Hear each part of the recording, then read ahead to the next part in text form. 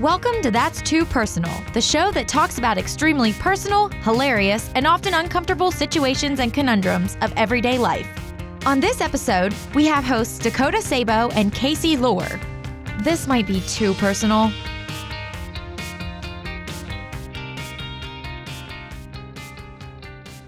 Putting the microphone between your legs and leaning over. Hey, that was between my knees. All right, welcome to episode 6 of That's Too Personal. I'm here with my glorious co-host, Kaici. I'm Dakota Sabo, and let's get into talking about filling voids. And emotional and possibly others. Who knows? We may get to a second topic later on, but this is something I've been experiencing for a couple of years now. And I've only really just kind of recognized it, where I've had a complete loss of creativity for about 2.5 years. And, before I felt very active. I was recording a couple podcasts. I was working on a documentary. I had a couple other shows in production. I was really killing it. And then I had some health problems and I got into a relationship and I started to pour all my energy into that. And it's really been, that was completely satisfying for a long time. And not that like my relationship isn't satisfying or anything like that, but you still have to maintain your own interests. Mm-hmm. And I found myself really craving that creativity. And due to some other reasons here and there, I wasn't able to, and then I just didn't have it. So I started gaming a lot more, that sort of thing. I bought a bicycle because I thought I was going to be the next Lance Armstrong. So you're going to cheat on Sheryl Crow too? Yeah, I'd probably get one nut. I mean, I did have a cancer scare, so I got that going for me. I'm going to get to that in a minute. But we're going to hell for that one. I mean, I wouldn't cheat on Sheryl Crow personally. Yeah, I wouldn't either. I had to think about it for a second. But I don't hate her music that bad. But like I wouldn't get into. I got into Magic the Gathering about 6 months ago, which is something I stopped playing when I was 11. Not there's any like. I stopped playing in 2001 because I was a poor kid. Not poor, but like I was a kid. Yeah. And my parents weren't going to buy me booster packs anymore, so that was my lot in life, which is okay. I just really got into it, and it was a lot of fun. And for 4 or 5 months, that I really got into it. I was obsessed with it. That's all I did, and I still enjoy it. But I'm looking back at my life for the past couple of years and finding that I've had a lot of instances of that. And I really do think it's just because I'm trying to fill that creativity. I'm trying to put my energy somewhere. And it's just been a frustrating process. So I think entertainment and creativity is looked at in our society as something frivolous. And that's coming from someone who his career is to be an entertainer. I've been told multiple times that this is a frivolous and dumb career choice. So I think we stop creating, and this is just my opinion. I'm not a therapist. I'm not a creatologist. I think we get these moments of realization from society that's telling us we need to stop creating because we're supposed to be doing other stuff. We're supposed to be doing American Dream-esque bullshit. Sure. You know what I mean? So I think we all I also have had times where I don't want to create, and that's one of the biggest things I do in my life is to create. I create characters, I create films, I write poetry, I sing, I paint, I'm an interior designer. You're modern Shirley Temple. I'm a Jill of all trades, master of none. Like total Jill of all trades. I know technical theater, I know acting, I know stage management, I know all kinds of fun stuff. But there are times where I don't want to create. Yeah. Because in the back of my mind, my brain is going, I need to be doing something that first off, is needed in society, which I'm not saying art isn't needed. I think it's desperately needed, and I think we have to have entertainment and art in this world to survive, just as much as we need engineering and farming and all kinds of different things. We need entertainment. People need that stimulation. We need art and entertainment. There's a reason there's a whole industry on it. There's a reason storytelling has existed for so long. There's a reason lore is my name. Just kidding. But seriously, there's history for the most part is just storytelling. Absolutely. And storytelling is a form of entertainment. We need entertainment and creativity. However, we get fed that STEM is more important than arts.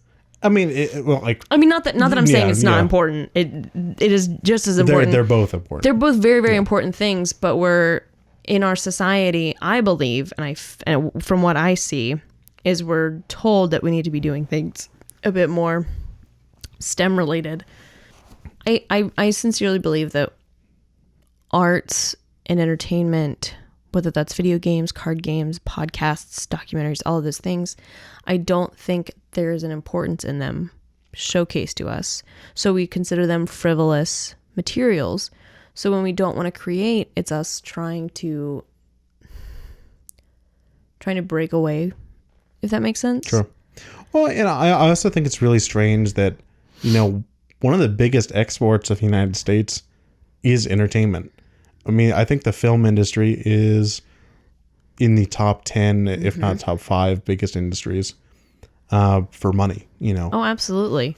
And, that's one thing we really do well here. As an actor, one void that I've noticed is I'll take on roles just so I can act. And then I realize that I'm not getting challenged. And I prefer to get challenged because that's what makes you a stronger actor and a stronger person.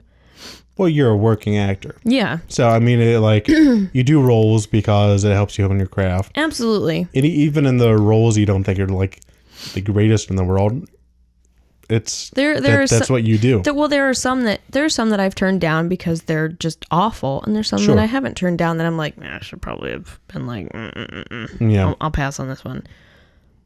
But in regards to filling voids, are we filling these voids because we don't want to create? Or have we overcreated? Have we overstimulated ourselves? Do you think that's a possibility? There's definitely burnout. I know on one of the other shows, I worked on Star Wars Break Room, another podcast on fuss.com. You should go check it out. But what a plug. Even though we've not recorded an episode in a hot minute, but we were very passionate about Star Wars whenever they did the reboot of the canon back in 2015. And it's something we consumed every day. We made content for, and we put a lot of time and energy into that. And it's hard to dedicate that much to one subject. Mm-hmm. And we definitely got burnt out by the end. We were, among other things, we were just burnt out. It's hard to talk about Star Wars, something, we really love. I mean, I'm sitting in a room right now where there's one spaceship and some figures and an AT-AT walker. I still love Star Wars, but there was a stretch there where I just didn't care. One of the main contributors is burnout. I think it's definitely something, and sometimes that just takes time. Well, I mean, I came out of a very big Shakespeare production in April and immediately went into another show. And I'm going to come out of this show, and at the end of July, I'm going to go shoot a film. And then as soon as I get out of that, I got to go do another show that goes up in September. And then most likely after that, I've got another show going up right in November. So really, burnout happens a lot. And it's even, I feel like it's even more so happening to our generation because we have to have full-time jobs. Yeah. And on top of that, have side hustles because we don't get paid right. Yeah. And we don't get time to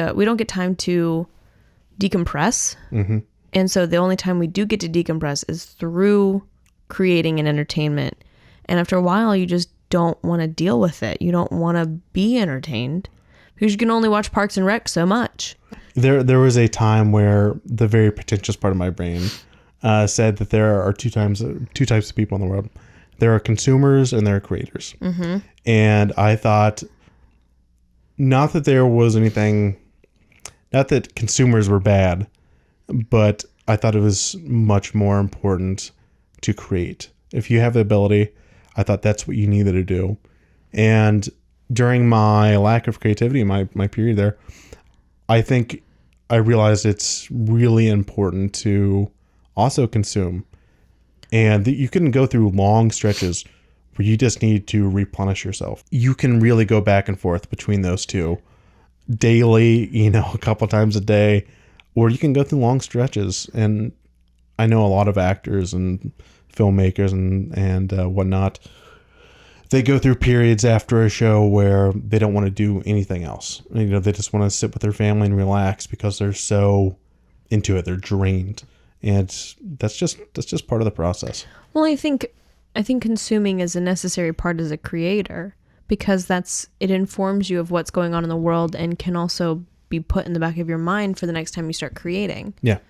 So as an actor, I always try and consume new things and new techniques and new actors to see, first off, who my competition is, what kind of work is being produced, what kind of trends are starting to happen in Hollywood and in other independent things.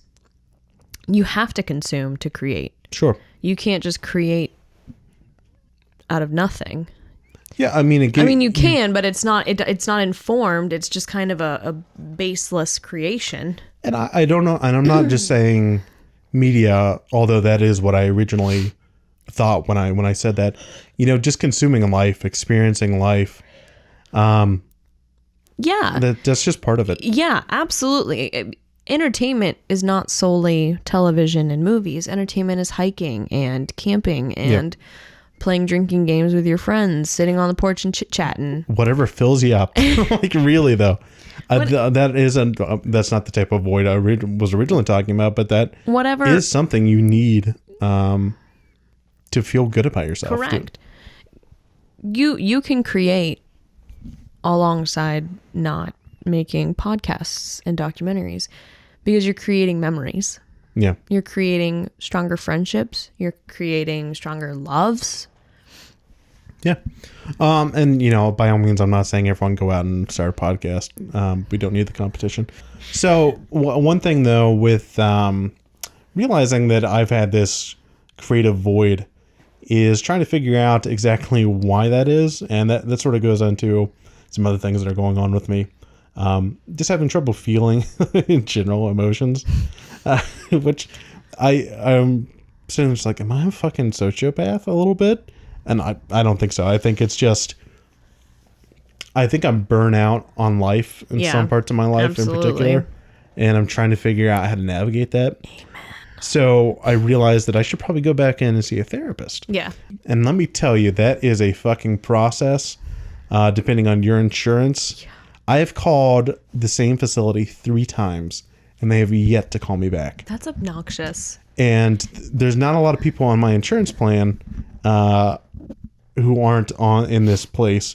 So it's very difficult. And I also have this thing where I really prefer, possibly even can only have a female therapist. They can't be younger than me because I won't respect them as much, which I know is fucked up.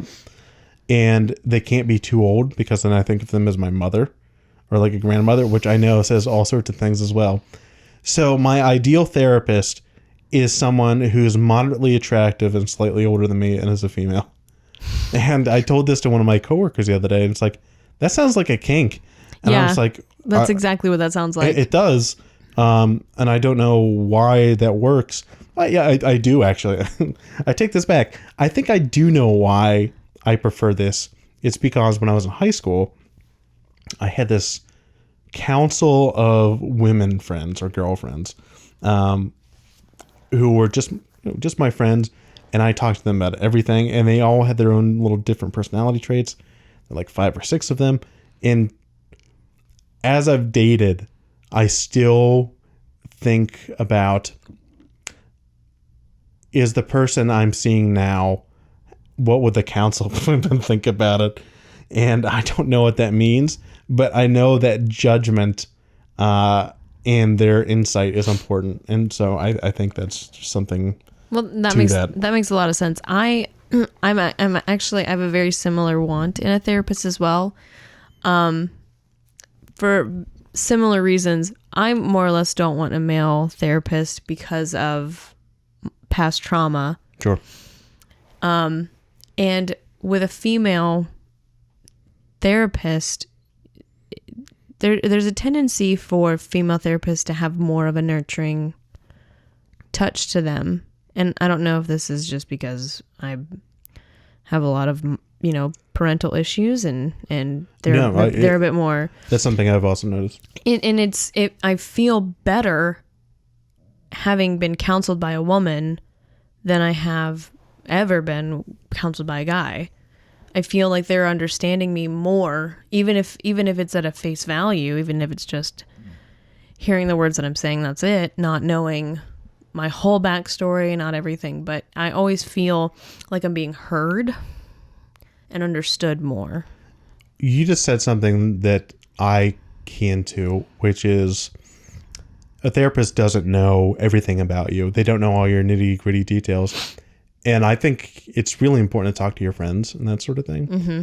But having that perspective of someone who's outside of all that. Correct. And probably doesn't know you very well allows them to make very snap decisions, which for better or worse is, and they're also professional, by the way. So I think that it contributes to it. The older I get and the more I get away from some of the situations in my life right now, the more I'm starting to realize that therapy is just as important as going to your GP once a year, just as a check-in. Mm-hmm. I think you should be checking in with your therapist as often as you're checking in with your general practitioner, even if it's just like everything's fine. I think everything's going really, really well. Can we let's lock it in? Well, we'll talk about this next year, I haven't seen a therapist in years, and after some stuff that's happened in my life, I'm desperately like, I have to go back. There's way too much shit going on that I have to talk to someone that isn't biased. If you don't do something now, it's just going to fester. Exactly, it's going to fester and possibly explode in a negative way. Yeah. So also talking about health. I want to talk about chronic illness or, so I've had a couple of very serious illnesses. 6 years ago, I was going blind. Mm-hmm. Got over that. Somehow. I had, once you were blind and now you can see. Yeah. I had some very serious stomach issues, which I still deal with on a daily basis, but through some medication and the help of the Cleveland Clinic and not our local medical providers, I was able to get past that. And, here and there, a range of things. But basically, I'm a sick kid. It's sort of like a flavor of the month sort of thing, which... By the way, I hate that expression. Yeah. It's really hard to be sick consistently, not just for yourself, but people start to judge you, including your medical providers and your employer and your coworkers. They start to think, man, this guy is so fucking sick. It's like he's got something wrong with him every other week, which I do. I feel like I'm sick the majority of the time. Mm-hmm. And people start to judge you. They look at you and they think he's making it up. He's doing this for attention, which is not the case. And it's really hard to convince people of that. And then something I found is I start keeping secrets and don't tell people. So back in October, for reference, this is June of 2019. I found a lump on my right breast, and it was very scary. Went in and got an ultrasound. They said it was nothing. They didn't really see anything. So I thought, let's let it go. But for the next, until a couple weeks ago, I was felt it getting bigger and bigger. And so I went in with another ultrasound. They said they think they found something. So that's a very scary thing. So they hooked me up and I went in and had a mammogram, which, by the way, if you are mammogram's scary for anyone, I imagine. But as how old am I? I'm a 29-year-old male dude. It's slightly embarrassing. And even the technician who worked on me, she was like, oh yeah, we get she's trying to reassure me. She's like, we get 1 to 5 men a month, and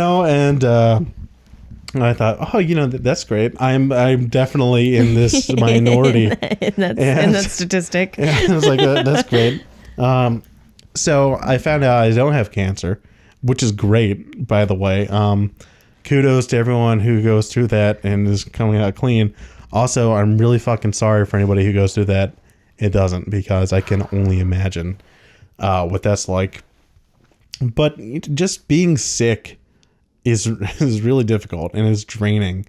And I don't think anybody should have to go through and feel embarrassed that they're sick, especially by their doctor. No, not at all. I've thought about changing doctors a few times, and I have, because it just feels like, here's another thing. It's not being taken seriously. Yeah. By the way, here's another thing. It's called epididymitis. Guys get it? It's inflammation of the epididymis. It makes you feel like your balls really hurt all the time and like they're getting bigger. And by the way, there are some STD causes of this, but there are also, you can just get it. It's just something you can get and it'll happen periodically, and that's just your fucking life. And unfortunately, I have that. That sucks. And so every once in a while, let me tell you something. My first online dating experience was with this great girl. She was very sweet and stuff like that. And my first experience with epididymitis happened about 3 or 4 days after we were together. This is that story. And so I texted her about it, and I was like, hey, just checking in, and you're clean and everything, right? Because back then I went and got myself tested after every partner, which is, by the way, you should still absolutely do. Absolutely. But stupidly, by the way, there are clinics that do this for free or for very little money. I was going to my doctor every time and having it done, which is very expensive. Just a little side note, just a life pro tip there, that there are places, although those are diminishing thanks to certain political things. God forbid. Basically, I'm ranting about how hard it is to be sick. Well, I mean, I have a disability, a class A disability, and I still have people tell me that I'm not an epileptic. I don't know how you have the power to say that, because I'm pretty sure my anticonvulsants would say something else. Yeah. And it's so frustrating to look at a person and talk to them, especially people and try to explain these things to them, and they just look at you disregard it. If you, as a person, if someone is opening up to you regarding something very serious as their health, even if it's something frivolous like, oh, I fell the other day and I have a giant bruise on my leg, you should still, as a compassionate human being, give a shit. Yeah. And listen to them and try and help through the situation. Mm-hmm. And I realize that not everyone knows what to do. Yeah, for sure. And I get that not a lot of people know what to say in regards to chronic illnesses and disabilities. People don't know what to say because sometimes they've never been in the situation. They're not familiar with that. But just disregarding it is not the way to go about it. Just a little bit of empathy goes a long way. Yeah. Oh yeah. Absolutely. Empathy makes me respect you 1,000 times more than going, oh, that doesn't exist. Like, a friend of mine has fibromyalgia, and people constantly tell her that she doesn't actually have fibromyalgia. And it's like, you have no idea what it's like living in my body. No. You have no idea how many spoons I have. And a lot of people are pretty good at not hiding it, but dealing with it. Yeah. And so they might have a bad time every once in a while. And you should just fucking give that to them. Oh, absolutely. Still don't. It was like, oh, you're a little sick today, huh? I mean, it's like, well, let's go out to the mall or fucking whatever. We care when it's someone in a cast. Oh, yeah. We care when it's a visible illness. Mm-hmm. We care when someone is in a wheelchair for the most part. We care until it's invisible. When you have a bad day with depression, people don't give a fuck. No. When you have a seizure and your body feels like it's entirely rebooted itself and you're trying to recollect all your thoughts, no one cares. When you have a cancer scare, sometimes nobody cares. And Nope. that's heartbreaking in this world. This world is already low on compassion and empathy. And what we as humans need right now, because of the shitty world we live in, with politics and just terrible human beings in charge, what we need is compassion and empathy, even if you don't fully understand it. Just take a moment and fucking care. Yeah, like I'm not asking you to fix the problem. I'm saying, hey, yeah, just say, hey, that sucks. I'm so sorry. Do you need a hug? What do you need to make you feel better? Basically, don't be an asshole. Don't be Do a the right thing. dick. And that's pretty much it. That's what I got for today. I think we've talked about some good things today. Yeah, definitely see a therapist. See a therapist. If you don't have be a any dick. health issues, That's pretty much don't it. let anyone tell you that they don't exist. Tell them to fuck right off. Yeah. Say you don't know my body. Fucking A. That's been episode 6 of That's Too Personal. I've been Dakota Sabo. I've been Kaici Lore. We will see you on the next episode. Peace out.